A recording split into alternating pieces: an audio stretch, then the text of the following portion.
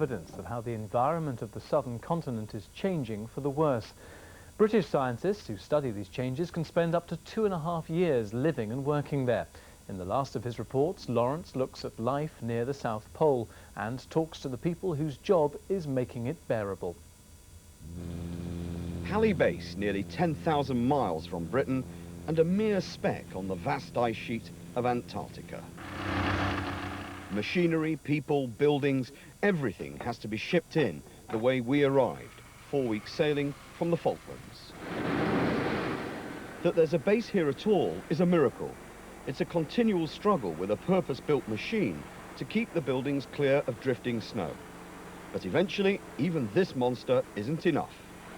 The main building at Halley Base sits on 18 legs, some 20 feet clear of the snow. And that's because every year 3 feet of snow accumulates and the whole building has to be jacked up on the legs. So every Antarctic summer, steel erectors travel to Halley to add another section to the legs and raise the whole base. Otherwise, it will be buried in the ice. For 8 months of the year, during the dark winter days, this corridor is the high street of the Halley village. In here there's a gym so you can keep fit. Over here, an in and out board, because it's crucial to know where everyone is in this harsh environment. And of course, a dining room, where the chef provides 3 meals a day, as well as snacks. Working out in the gym, Base Commander Simon Gill says life at Halley certainly isn't for everyone. Halley needs to have people who can boost morale, see when somebody's low, help them pick them up, and also know the time to leave people alone as well.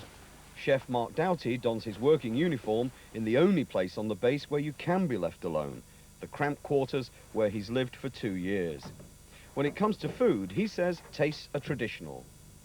The usual things that people eat at home, a lot of steak and kidney puddings, a lot of heavier food through the winter with it being so cold outside and a lot of people working outside.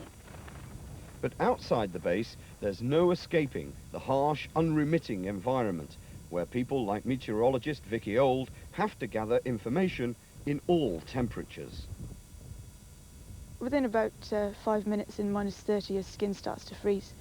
And certainly if you have sunglasses on, say, then the plastic gets very cold and will start sticking to your skin. But scientists from Halley fly out to even colder and more remote places, past the stunning Theron Mountains, which fewer than 100 people have ever visited, and onto a place where winter temperatures fall to a numbing -70 degrees centigrade. Space scientist John Dudney brought us to see a research station in an area too cold for people to live. Instead, wind generators and solar panels power an automated observation post. Inside heavily insulated walls, temperatures rise to some 30 degrees centigrade, warm enough for scientific instruments.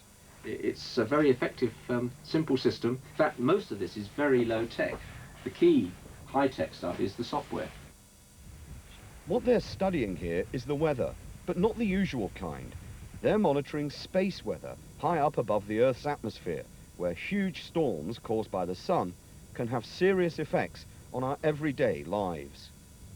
We now use telecommunications, we use spacecraft for navigation, we use power systems to run our homes, we use HF radio and satellite communications. All these systems are severely impacted by space storms. One day, stations like this could help scientists forecast those space storms. So this tiny hut, almost buried in this vast plain, only 600 miles from the South Pole, is in fact the prototype of an early warning system that one day we could all depend on, just like we depend on the weather forecast. Back at Halley, whatever the conventional weather forecast, they're having a barbecue. The people who are spending 2 years on the base all seem to be missing the same thing. To be honest, pubs. Genuine pubs and handful beer. Pints of proper draft beer. And draw pump beer. People who'll spend a summer here are struck by the community spirit after only a few days on base. Well, up to now, the atmosphere, the camaraderie of everybody down here, and just the closeness of being in a small community with all the lads. Since getting out the army, I haven't seen nothing like this. for years, and I'll probably never see nothing like this again, but it really has been amazing. It's all new to me, enjoying it immensely. And what are you missing? There must be something that you're missing. Me missus. The people I met at Halley Base make it a unique place. The research they carry out there makes a unique contribution to our understanding of our world. Lawrence McGinty, ITN, in Antarctica. Sport now, and a few hours ago,